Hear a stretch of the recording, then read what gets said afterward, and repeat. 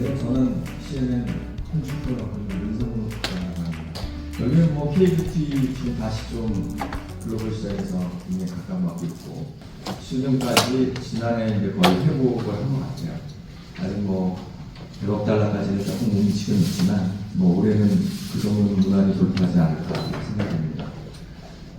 상대적으로 중국이 많이 수출이 감소가 됐고 그거를 대체하는 미국이나 일본, 뭐 최근에는 유럽 쪽으로도 좀 진출 현황들이 있는 좋은 소식들이 있는데 그런 중국을 대체할 수 있는 새로운 돌파구들을 찾는 게 지금 사실 어떻게 보면 KBT의 숙제인 것 같긴 합니다. 먼저 1번을 맡아주실 분은 잉그레드 코리아 조현대 대표님이십니다. 박수로 맞아주십니다. 네. 요새 CNN 주최로 하는 K-뷰티 트렌드에 처음 강의를 맡은 잉그루드 대표 조현대입니다. 저희 본사는 미국 뉴저지에 있습니다. 그래서 뉴저지에 토토아라는 지역이 있는데요. 예, 아주 공기 좋고 산세가 맑은 그 지역에 미국 공장이 있고요. 영업부는 이제 맨하탄에 사무실을 두고 이렇게 영업을 하고 있습니다. 제목에도 있지만 트렌드의 어떤 키워드이긴 한데 제가 어떤 경험과 아니면 현재 존재하는 자료 그걸 바탕으로 써머리를 했고요. 두 번째는 저희 코스메카하고 잉그루드는 코스메카의 계열사입니다. 연구와 이런 마케팅 전략은 코스메카 쪽에서 한국 같은 경우는 운영을 하고요. 미국은 별도 팀이 따로 있습니다. 그리고 또 하나는 저희가 장점이라고 하면 아무래도 미국에 행정 지부가 있기 때문에 마케팅과 연구소와 조직이 다 갖춰져 있기 때문에 또 한국에서 미국으로 수출하고자 하시는 분들이 배로사항이 훨씬 더 빠르게 접근할 수 있는 이점은 있다. 처음에 깜짝 놀란 게 밥을 먹고 쓰레기를 버려야 되는데 까만 봉지 아시죠? 새벽에 일어나셨습니까? 혹시 미국 출장 가서 새벽에 일어나셔서 골목을 보시면 검은 봉지가 산더미처럼 쌓여 있습니다. 그 안에 아예 그냥 통째로 버리더라고요. 저는 그래도 한국에서 분리수거에 적응이 됐잖아요. 그런 나라인데 이런 나라가 참 선진국이라는 게 참 이해하긴 했지만 그럼에도 불구하고 저희가 꼭 화장품 하기 위해서는 가야 될 나라라고 지금 이제 떠오르고 있죠. 간략하게 미국이라는 나라는 한반도에 한 90대 정도 되고요. 기온은 온화됩니다. 온화한 건 아닌 것 같고요. 플로리다부터 저 위에까지 보면은 더운 거와 추운 거가 공존하는 나라죠. 인구적 강점은 굉장히 1인당 GDP가 가장 높은 나라로 되어 있고 잘 사는 사람, 못 사는 사람들이 공존해 있긴 하고요. 화장품 수출은 미국 자체가 한 2위로 나온답니다. 그래서 금액은 저렇게 되어 있고 한국은 전체 저희가 보면은 아까도 말씀하셨듯이 거의 한 10조 가까이 되겠죠. 한율로 따지면.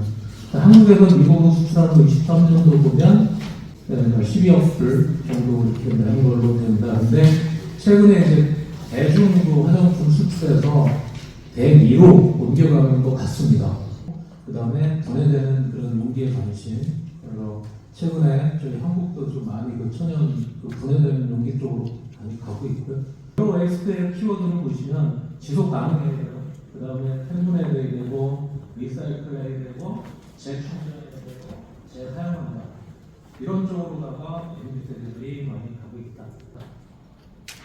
두 번째는 탈크입니다. 탈크가 사실은 화장품, 색조 화장품에서는 없어서는 안 돼. 아주 중요한 원료죠. 근데 이거를 약으로 쓸 수는 있었어요. 근데 이제 저희가 정제 과정에서 일부 성면이 포함이 되고 있는데 그거를 저항물질 논란 때문에 이런 부분에도 우려가 증가되고 있고 그래서 탈크 프리 소비자의 한 거의 70% 정도가 유해를 따지고 있습니다.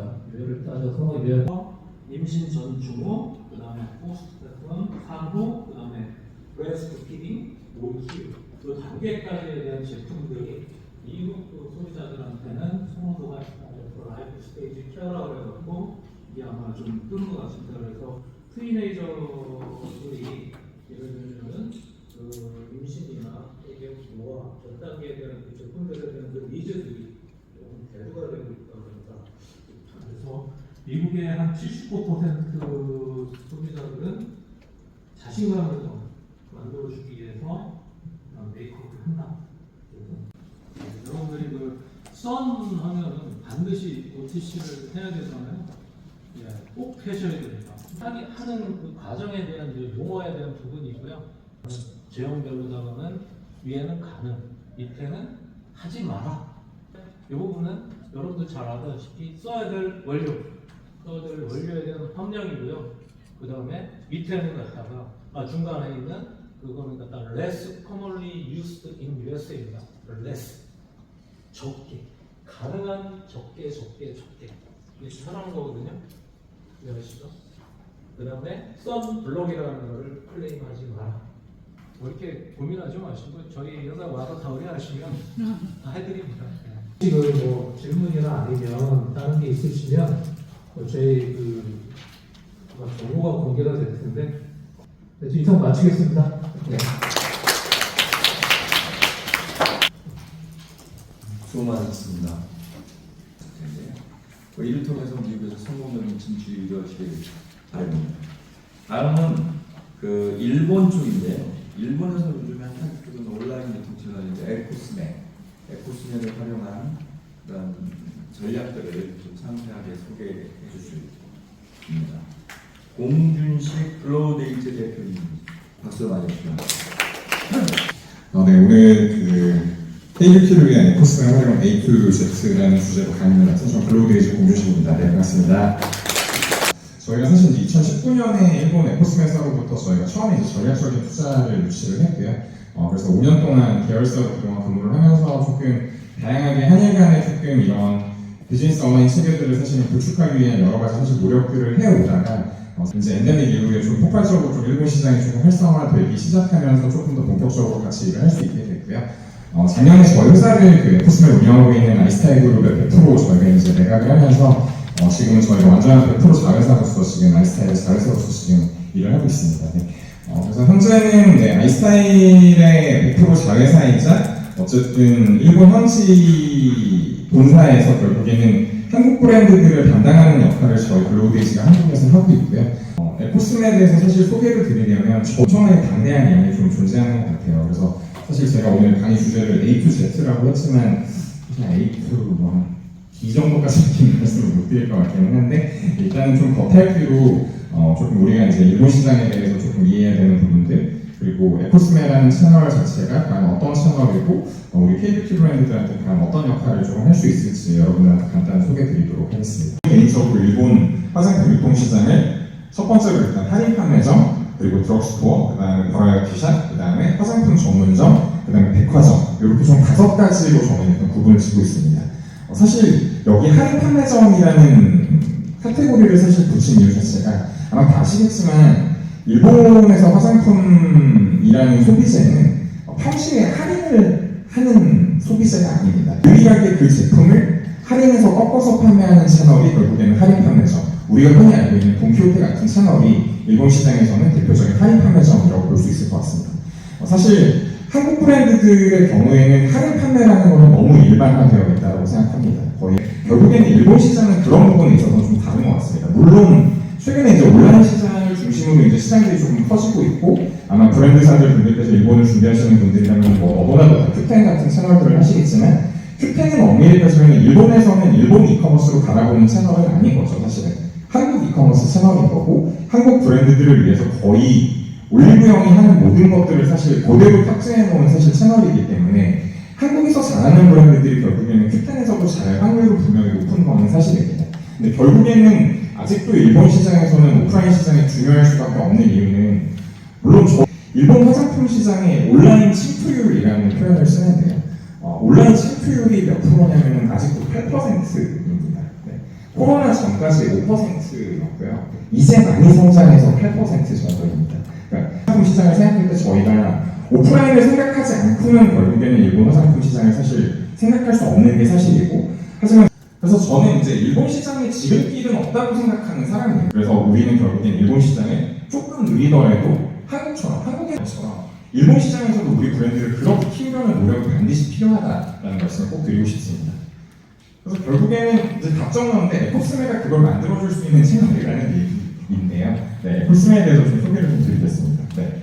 사실 에코스메를 운영하고 있는 이 아이스타일이라는 회사는 사실 이제 상당히 큰 회사예요. 그래서 일본 도쿄증권거래소에 상장이 돼 있고 지금 연매출 기준으로 6천억 정도를 하고 있는 회사고요.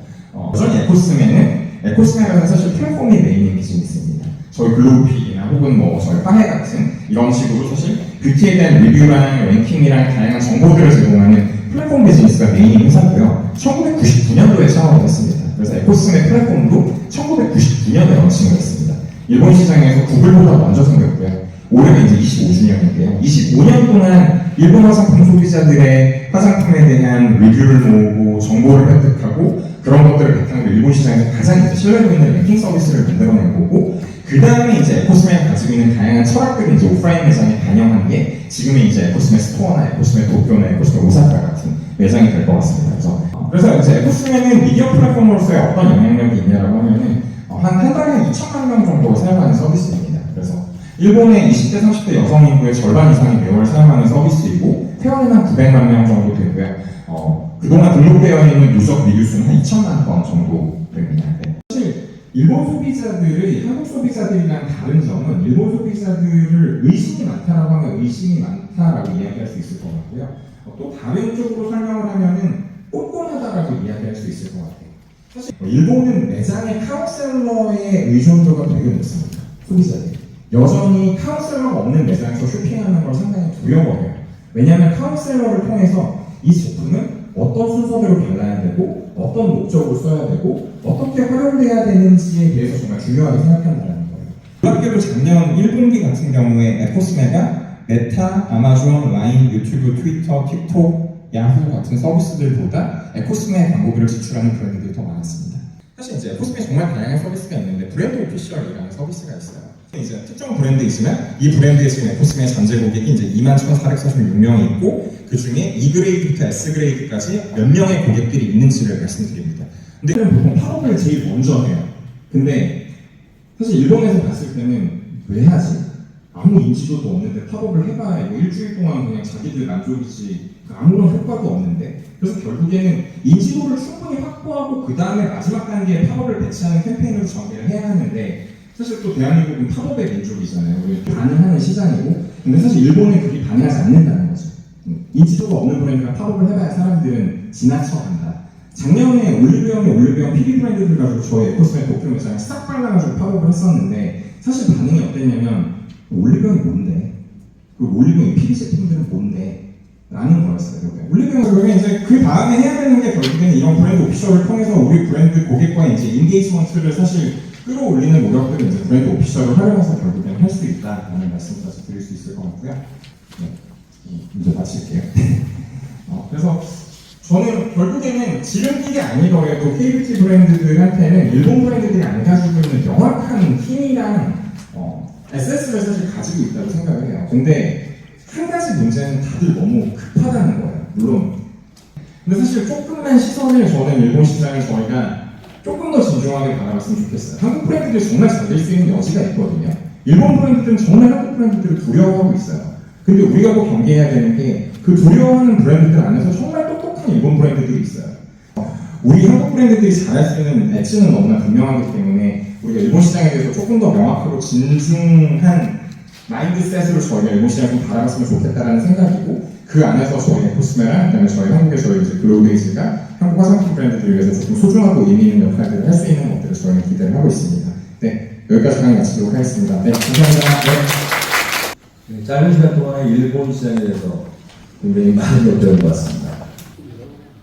사실 뭐 중국을 대체할 시장으로 동남아 시장도 이제 많이 뜨고 있고, 헐날 문화권 인도네시아나 말레이시아가 앞서는 가까운 시장으로 지금 평가받고 있습니다.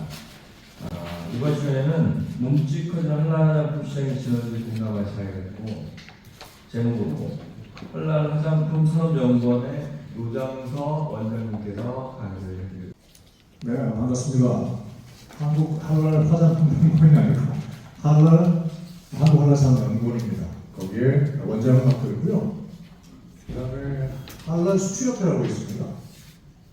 약 한 220개 업체들이 모여서 만든 협회인데요. 거기 회장을 이제 맡고 있습니다. 오늘 제가 여러분과 함께 한번 살펴볼 내용은 몸집 커지는 할랄 화장품의 진원지 동남아시아 이런 제목이고요. 실크로드와 동남아시아.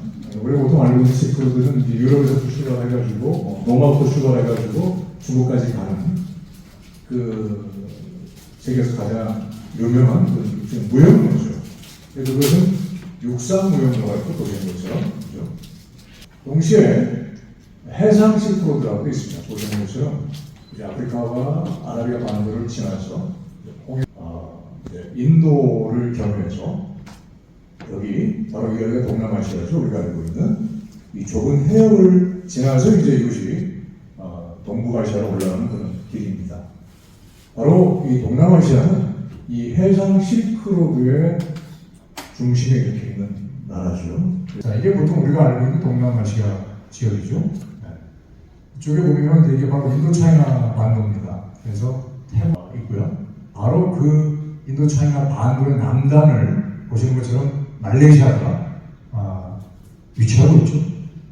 그리고 말레이시아의 바로 건너편 쪽은 이제 바로 인도네시아, 수마트라섬, 자바섬, 이제 바로 인도네시아의 땅입니다. 그래서 인도네시아의 땅은 이쪽에 아제라고 하는 수마트라의 최북단 지역으로부터 그 다음에 파푸아뉴기니아 옆에 이제 이리안자야라고 보통 인도네시아 사람들이 얘기를 하는데 그쪽까지 동쪽에서 서쪽까지 미국의 넓혀 갔다고 합니다. 그래서 이 광활한 그 바다와 섬을 가지고 있는 나라가 인도네시아가 되겠습니다.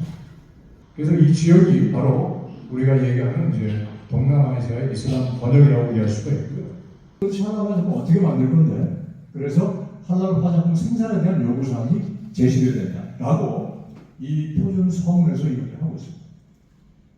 그래서 이 요구사항, 이 표준을 간단히 핵심적인 요체만 얘기를 한다면 할랄 보장 시스템이라고 얘기를 합니다. 할랄 어슈어런스 시스템, 그래서 보통 우리가 줄여서 하스라고 얘기를 하는데 네 번째로 할랄 화장품을 만들기 위해서는 바로 할랄 표준이 필요하고 그것의 핵심적인 요체는 할랄 보장 시스템이다. 여러분들이 흔히 아시고 계시는 GMP, 그죠? CGMP 이런 기본적인 또 다른 어떤 표준들을 가지고 있죠. 이것은 그 어떤 생산 조직에서 전체적인 생산 관리, 경영 관리 시스템 한 부분으로 자리 잡고 있는 그런 개념을 보시면 됩니다. 2021년도에 우리가 이슬람국 57개 국가에 수출한 금액을 다 더해보니까 3억 9,400만 불, 약 한 4억 불 정도 됐죠. 이게 2022년도에 4억 4,700만 달러 증가했고요. 2023년도에는 6억 1천만 불로 계속 빠르게 증가를 하고 있죠. 그러면서 우리나라 전체 화장품 수출액에서 차지하는 점유비도 보시는 것처럼 2021년도에 4.3%에 불과했던 게 2023년도에 7.2%까지 확 늘어났죠. 얼마 안 있으면 분명히 우리나라 전체 수출 금액에서 10% 이상을 차지할 수 있는 곳 올 것 같습니다. 다른 화장품 국산에서 수입하는 이슬람 국가는 바로 말레이시아입니다. 2023년도에 1억 2,100만 달러를 수입을 했고요. 제품을 생산하면 또 설비도 들어가야 되고 또 시스템도 갖춰야 되고 또 이 한국이슬람교는 지금은 이제 한국할랄산업진흥원, 저는 이제 한국할랄산업연구원에서 나왔는데 한국할랄산업진흥원이라고 하는 기관을 만들었어요. 이슬람교에서. 그래서 그 독립적인 기관이 현재 이 인증 업무를 담당을 하고 있고요. 대행하고 있는 거죠. 근데 재밌는 건 이 한국이슬람교가 우리나라 최초의 할랄 인증 기관입니다. 중요한 부분이 결론입니다. 첫 번째, 할랄 인증이 발달하신 인도네시아와 말레이시아를 중심으로 할랄 화장품의 생산 수출 기조가 될 것이다. 두 번째, 인도네시아 생산 화장품의 품질이 세계적 수준으로 발전하면 경쟁력 있는 화장품 수출으로 변하지 않습니다. 여러분, 코스맥스 인도네시아는 글로벌 할랄 화장품 시장에서 메이저 업체로 성장 가능합니다. 벌써 증거가 보이잖아요. 올해 처음 돌파하고 내년에 뭐 얼마 될지 모르죠. 그리고 인도네시아가 세계 최대 이슬람 국가이고 또 이와 같이 할랄 식품이나 할랄 화장품의 생산을 주도하는 나라고 더군다나 할랄 인증을 또 주도하는 나라다 보니까 인도네시아 이외의 이슬람 국가에서도 할랄 인증 화장품 유통을 의무화 수준으로 규제할 가능성이 있다. 이걸 한번 여러분 보시고요. 식품의약품안전처가 바로 국내 화장품 산업을 위해서 할랄 화장품 인증 지원 사업을 하고 있습니다. 2016년도부터 해왔고요. 저희 연구원은 계속해서 연구를 하고 있습니다. 주요 사업 내용은 바로 이겁니다. 할랄 화장품이 뭐냐? 그 다음에 국제 세미나가 있고요. 그 다음에 희망업체에 한해서 현장에 직접 가서 컨설팅을 해야 됩니다. 하루. 감사합니다.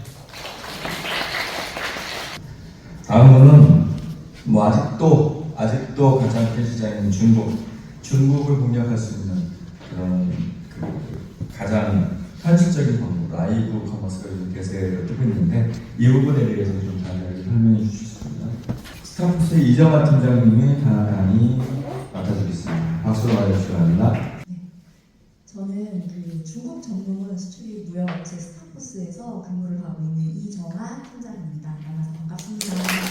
네, 오늘 저는 여러분들과 함께 이제 중국 시장에서 화장품 제품을 판매하기 위해서 선택하실 수 있는 여러 가지 방법 중에 이 라이브 커머스와 관련한 이야기들을 조금 해보려고 합니다.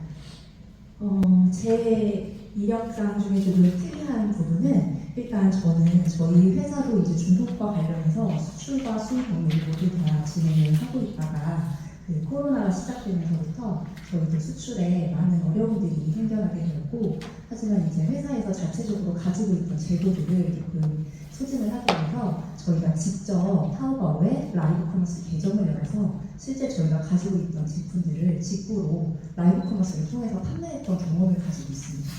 그래서 그 당시에 저는 이제 중국어를 할 수 있어요. 그래서 저희가 직접 계정을 열고 라이브 커머스 채널까지 열고 직접 물류와 뭐 여러 가지 CS나 준비들을 해서 실제로 중국 소비자들에게 화면을 통해서 라이브를 진행하면서 물건을 판매했었던 경험이 있고요. 그래서 그런 경험을 통해서 저희 회사가 초기 의도와는 조금 다르지만 그래도 상품을 판매할 수 있는 여러 가지 전략으로 라이브 커머스를 조금 더 주력으로 해서 할 수 있게 되었고 어떤 중국의 에이전시를 통하지 않고 직접적으로 경험을 해본 그런 특이한 이력을 좀 가지고 있습니다. 일단 라이브 커머스 시장 현황입니다. 이거는 이제 중국의 전체 라이브 시장에 대한 규모인데요. 현재 라이브 시장 중국에서 전체 해외 상품, 국내 상품 모두 다 합쳐서 전체 카테고리에서의 라이브 시장 규모는 이렇게 계속해서 성장하고 있고요. 그 13년에 4.9조 yen, 약 한국 돈으로는 이제 923조 원 정도 됩니다. 실무를 하면서 경험했던 것들을 보았을 때 2024년 현재의 중국 라이브 커머스 시장에서 가장 키워드가 되는 것들은 아마 이 4가지가 아닐까라고 볼 수 있습니다. 일단 이 부분은 한 2-3년 전 정도부터 진행이 되었던 일인데요. 기존의 왕호들은 이제 대형 왕호 한 명이 좀 집중받는 방법이었죠. 그렇게 되다 보니 문제점이 너무 많죠. 잘 나가는 왕호 계정들은 대부분 이런 식으로 G천이라고 해서 그룹화 양상을 띠고 있습니다. 그리고 제로 코로나 이후에 중국 내수 시장에서의 경쟁도 너무나 치열하고 또 중국 내수에서도 왕호 라이브의 가격은 저가격 정책 혹은 많은 선물을 줘야 되는 구조여야지만 성공할 수 있다는 게 시장에서 이미 정형화가 됐기 때문에 저거에 대한 결과치, AI를 썼을 때 정말 라이브가 효과적이었는지 중국에서의 매출량이 얼마나 늘어났는지를 저도 찾아보고 싶었지만 저런 방법 자체가 너무 나온 지 얼마 안 됐기 때문에 아직 뭐 1년 정도의 운영의 통계가 나오기는 조금 시기상조인 상황이더라고요. 한 내년 정도면 관련된 데이터들이 많이 나오지 않을까라고 보고 있습니다.